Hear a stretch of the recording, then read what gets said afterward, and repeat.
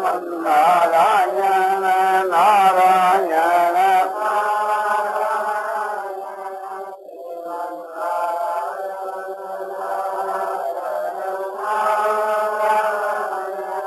यावर रामचंद्र की जय। मौन मुक्त बंसी वाले की जय।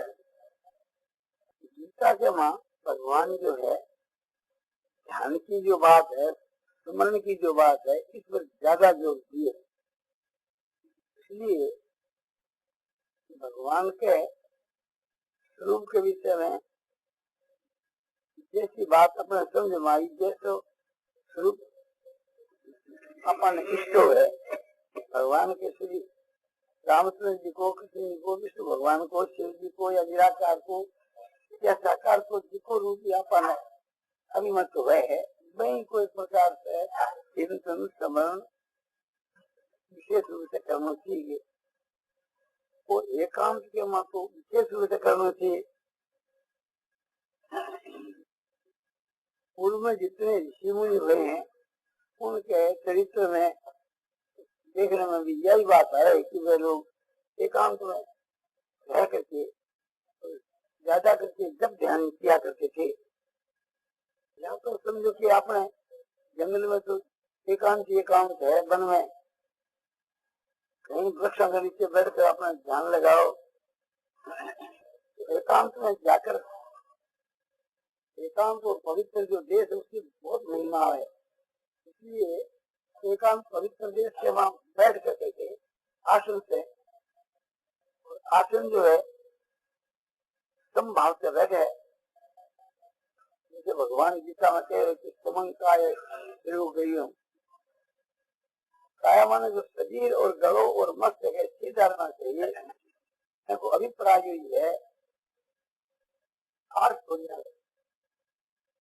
चाड़े है तो काया जो अपने शरीर जो है ध्यान से, कमर जो है सिर प्रकार से टूट जाए तब आवश्यक है, नाड़ जो है गलो जो भी टूट जाए तभी आवश्यक है। इस बात से सीधे रहे तो मेरू जो है अच्छी गेर की सीधी रहे तो आस को नहीं आती। नियम है प्रत्यक्ष भी कर देख लो। एकांत के वहां समभाव से बैठे, आलस नहीं आए तो नेत्र बंद कर दे तो भी कोई हर्ज नहीं है। तो नेत्र अपने सुझा रखे, नेत्र की जो वृत्ति ऐसी है सूची में रखो, नासिका के अग्र भाग पर रखो, जैसे ठीक समझे। अथवा कोई मूर्ति को ध्यान करे तो भगवान को जो फोटो है तो अपने सामने रख ले सन्मुख में, और भगवान का नेत्र से नेत्र मिला करके ध्यान करे। भगवान को जो बुखार में चेहरा जो है तो कोई टेबल पर रखे हुए आसन विधि हो जाए उनके लिए, और नेत्रा की उनके नेत्रा की अपने नेत्रा की लेवल बराबर किया जाए तो और भी ठीक है। और तुम सगुन को ध्यान करे तो चरणों से लेकर मस्तक तक ध्यान करके फिर जो चेहरा जो है मुखार बिंदु के ऊपर लेकर ध्यान टिका दे। निराकार को ध्यान करे तो अपने नेत्रा में बंद कर करके और मन के बीच के वहां जो संकल्प वैदिका को त्याग कर करके संकल्प रहित होकर और ध्यान करे। पहला तो बाहर का जितना जो विषय है जब आप इंद्रिया ने रोक लिया वहां तो बाहर की कोई भी चीज नहीं दिखे, या मन के भीतर के वहां जो अपने कामना है उन सबको पहला त्याग कर दिया। जैसे भगवान गीता में कहे हुए संकल्प प्रभावान कामान त्यक्त्वा सर्वान् शेषतो मन से इंद्रिय ग्रामन विनय में समम तथा। सच्ची जाके 24 के श्लोक में भगवान कह रहे संकल्प से उत्पन्न होने वाली जितनी जो कामना है उन सबको अशेषता से त्याग दे। मन कोई प्रकार की कामना को अंश भी नहीं रहे, इस लोक या परलोक की या कोई भी प्रकार की कामना, इच्छा, वासना, ये ये जो कामनाओं के भेद हैं, इन संपूर्ण कामनाओं को त्याग करते हुए, कामना मात्र को त्याग करते हुए कोई प्रकार को मन में संकल्प या कामना रखे ही नहीं, कोई भी बात की इच्छा नहीं रखे, तो संपूर्ण इच्छाओं से रहित होकर के और फिर मन के द्वारा इंद्रिय समूह जो है, जैसे कान है, आंख है, त्वचा है, जितनी इंद्रियां है, उनको जो विषय है शब्द स्पर्श रूप रस गंध, उन सब से रहित हो जावे। मन के द्वारा इंद्रिय समूह को विश्व से हटा करके रोके, विश्व से हटाकर अंतर्मुख कर लेवे। यानी बाहर में जो वृत्तियां जारी है, नेत्र बाहर में देखे तो देख से रोक देवे, ये इंद्रियां बाहर में ही देखे तो बाहर के विषयों के संबंध से रहित कर दे, यानी संबंध विच्छेद कर दे, यानी पुराने अपने अपने विषय से रोक देवे। कोई भी विषय के साथ संबंध नहीं रहने दे। उसके बाद के मां अब आप नेत्र बंद कर दिया, कान बंद कर दिया, या बाहर के विषय ने देखो सुनो छोड़ दिया, इससे एकदम रहित होकर फिर मन के भीतर के वहां जो कोई भी फुरना हुए, संकल्प आ जावे, तो आस्ते आस्ते जो है वो ब्राह्मण प्राप्त होगा। समय से रूपरमेद बुद्धिया आत्मसंकल्प न किंचित अभित्यंत, इस प्रकार से आपको ध्यान से करे। मन ने समझा करके की और मन का जो संकल्प है उससे रहित कर दे, आस्ते आस्ते उपराम को प्राप्त होगा, यानी उपरमुख है। उपराम को मतलब यही है कि संकल्प विकल्प से रहित हो जाए, कोई भी प्रकार को संकल्प करे ही नहीं। बुद्धिया बुद्धिया सात्विक जो स्थिति है उससे जीवित बुद्धि मन को परमात्मा में लगावे। सदैव रूप में बुद्धिया दृष्टि आत्मसमन कृत्वा न किंचित विचिंते।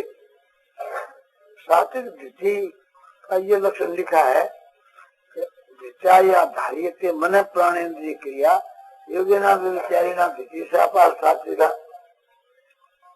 धार्यते मन प्राणेन्द्रिय क्रिया योगिन अभिविचारेण दृष्टि से अपार सात्विक। सात्विक दृष्टि है, ऐसी सात्विक दृष्टि है योग के बीच के वहां कोई प्रकार को दोष नहीं घटे, जिसकी जो वृत्तियों के निरोध को नाम योग है।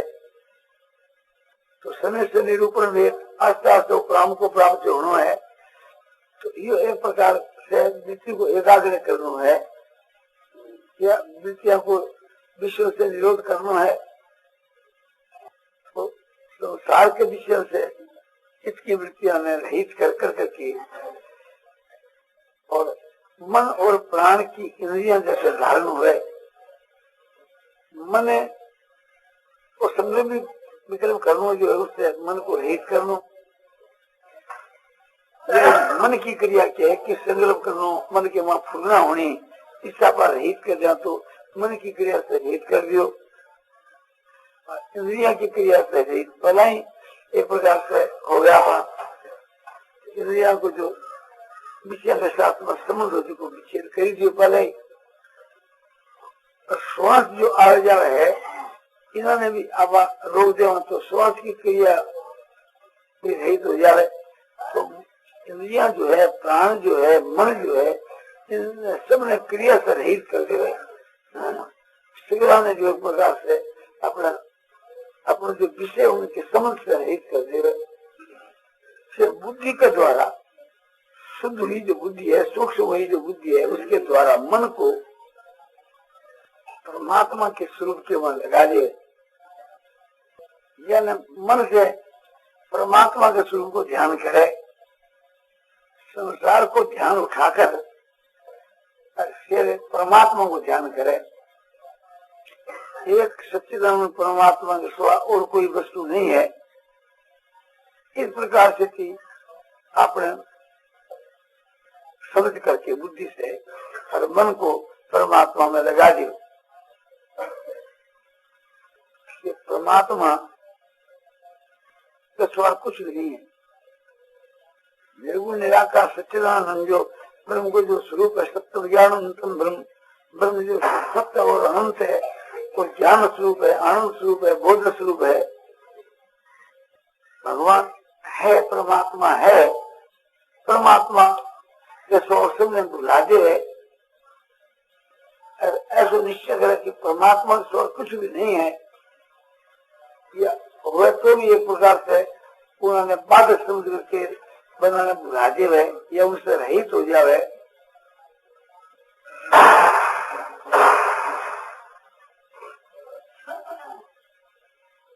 साधक जो है सो समझे, ऐसे ही परमात्मा के स्वरूप को ध्यान करे।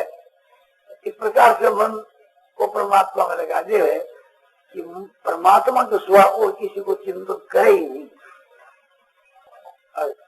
पूर्व के अभ्यास के दोष से यदि चिंतन भूल से हो जाए तो उसी वक्त लोग त्याग कर दे। ये तो निष्ठि मनस्म कर्मश्रम तथा सत्व नियमित बने पसंद है। मन बाहर के कोई पदार्थ में चले जाए तो जहाँ जहाँ जाए वहां से उसको उठा करके और फिर परमात्मा के माही जाकर के लगा दे और फिर समझे कि परमात्मा के सिवा किसी को भी चिंतन नहीं करे। इस प्रकार से अपने एकांत में बैठ कर साधन करे। या एक प्रकार से समझो कि मन के साथ में कसरत करे, मन के साथ में अपने समझा करके मन को ला करके लगावे, जैसे बाल करना पर समझा करके लगावा। या एक प्रकार से थी मन ने तो शाम दामत है लोग दिखावे, उसके बीच के बाद आनंद को अनुभव करे परमात्मा के स्वरूप में। सगुण जो भगवान को स्वरूप हो गए तो वह खूब प्रेम करे। निराकार भगवान को स्वरूप हो गए तो वह निराकार में प्रेम करे। या समझे कि परमात्मा के सिवा अपना कोई नहीं है, यही अपना फल विशेष है। अपने उनके साथ के माँ खूब एकता करे, प्रेम करे, खूब अपनता करे।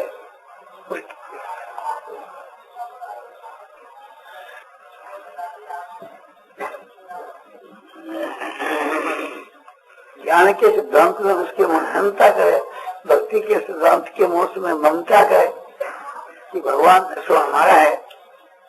ज्ञान के सिद्धांत के मनुष्य में तद्रूप होकर के मैंने आपको स्वरूप समझे। मैंने जिस किस प्रकार से चीज हुआ मन को एक परमात्मा के सिवा कोई इधर उधर नहीं जाने दिए।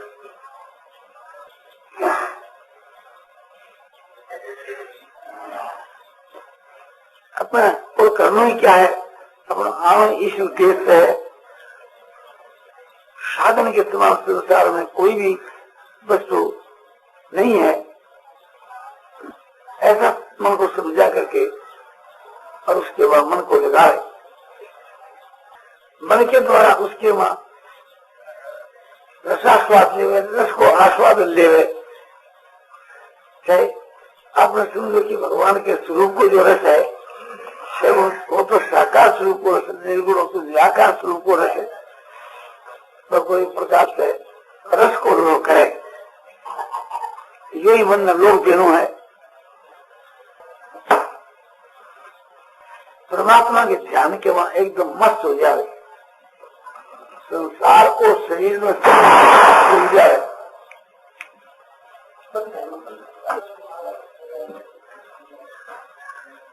और उसमें तन्मय हो जाए। एक परमात्मा का कोई ज्ञान नहीं है, बस इसके लिए विशेष चेष्टा करें। नारायण नारायण नारायण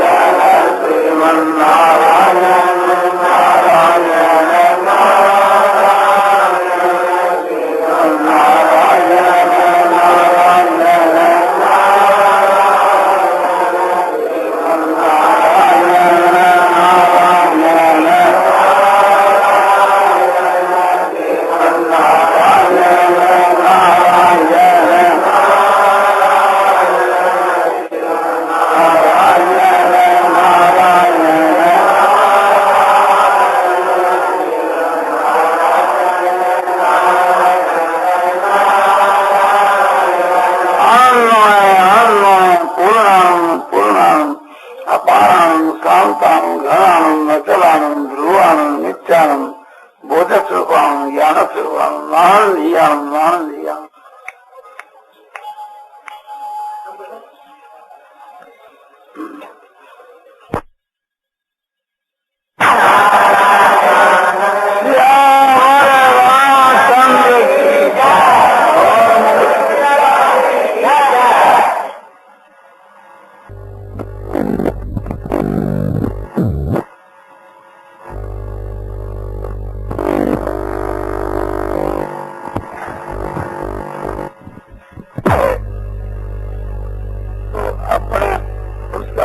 मानना चाहिए, ये विषय था।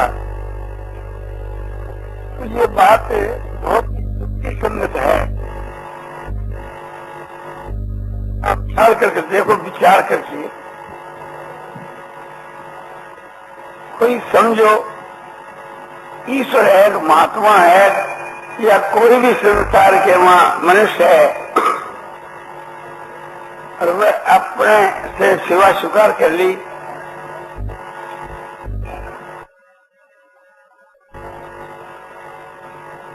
उनके पास कोई चीज अपन भेंट में भेजी, या कोई बनाना पर कपड़े दियो, या भोजन करायो, या कोई भी देखिए अपन सेवा करी,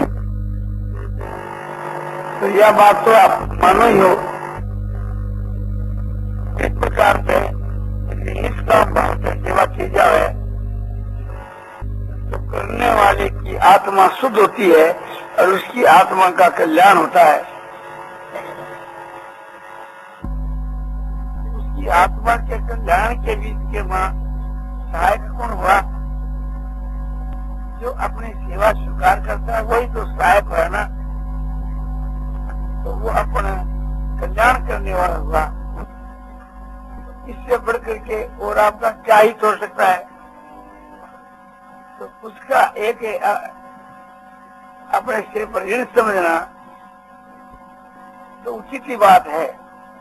नहीं समझना जो है सो कृतज्ञता है, नहीं कृतज्ञता है, तो कम से कम कृतज्ञ होना चाहिए।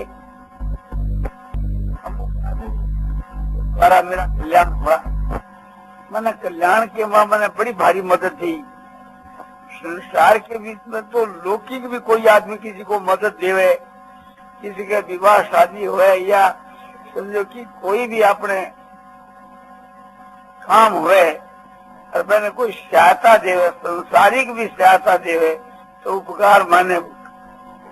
अपना कोई कल्याण कर रहे अपने को अपना उपकार नहीं माना तो वह तो अपना कृतज्ञता है। अपने कल्याण में जो जो सहायक है, जो जो अपने मदद करने वाले हैं, वे सभी एक प्रकार से अपने पूजा करने के योग, सत्कार करने के योग, कम से कम उनका गुण तो कहना चाहिए।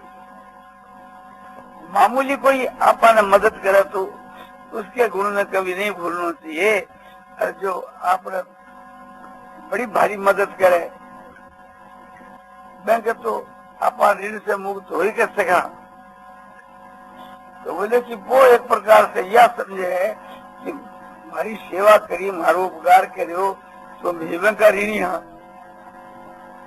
तो वो यदि यह बात समझे तो बैंक उदारता है, और छह समझो तो सारी उदारता है। अरे दोनों के मां वही ज्यादा श्रेष्ठ है कि जो ज्यादा एक प्रकार से अपने ऊपर बैंक को ऋण समझे। बरखा जवा है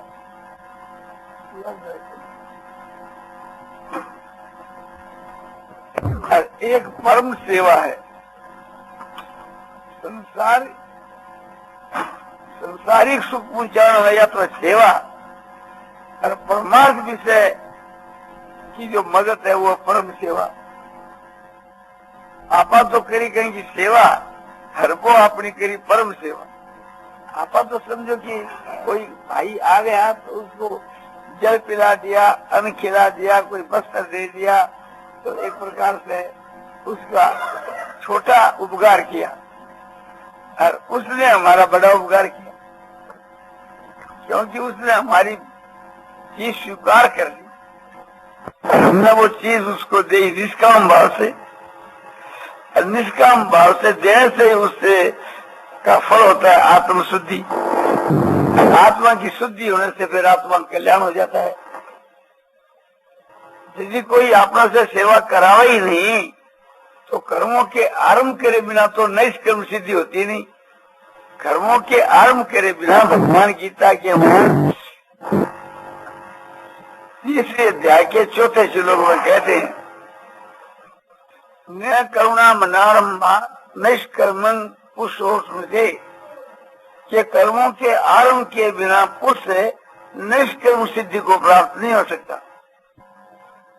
अपने द्वारा यदि किसी को परोपकार न हुए, स्वार्थ रहित यदि अपनी चेष्टा न हुए, कोई अपने निष्काम कर्म न हुए, तो कर्मों के आरंभ के बिना निष्काम कर्म कैसे हुए?